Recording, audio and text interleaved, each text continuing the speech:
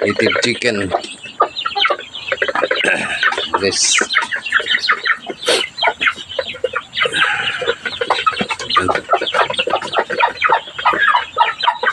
mahigit 2 months na yan.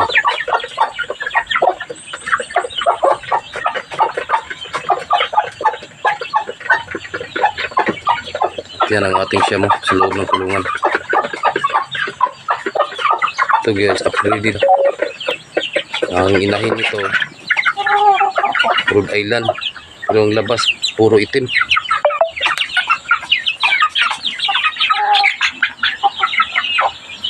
Ito na naman ang ating asil. Ito lang ikogs ko. Magkapitil yan.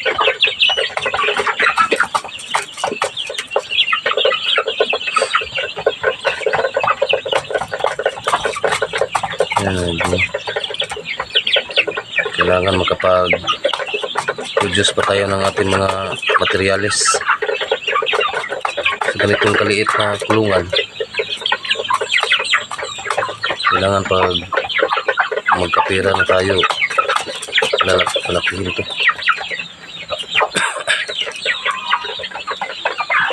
Ito guys, 15 days na yan. Yan, mga native chicken yan. Ang booster nito, yan lang ama, siyamo. Hiniram ko sa kapatid ko. At ito naman ang kanilang ilahin. Yan, baliktad yung balahibo. Ito ang bantam natin guys. 5 ang kanyang sisyo. Yan, 3 days pa lang yan. Yan guys.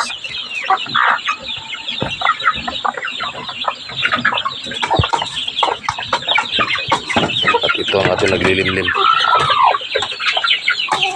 Yan.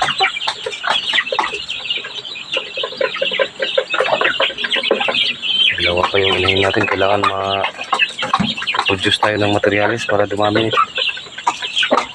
Kasimula ko pa lang guys.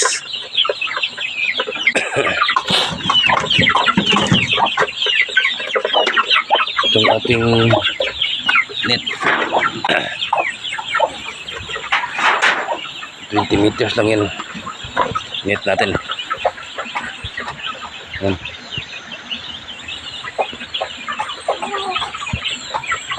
Yan kaliit, 20 meters. Kailangan mapalaki ko pa to. Plano ko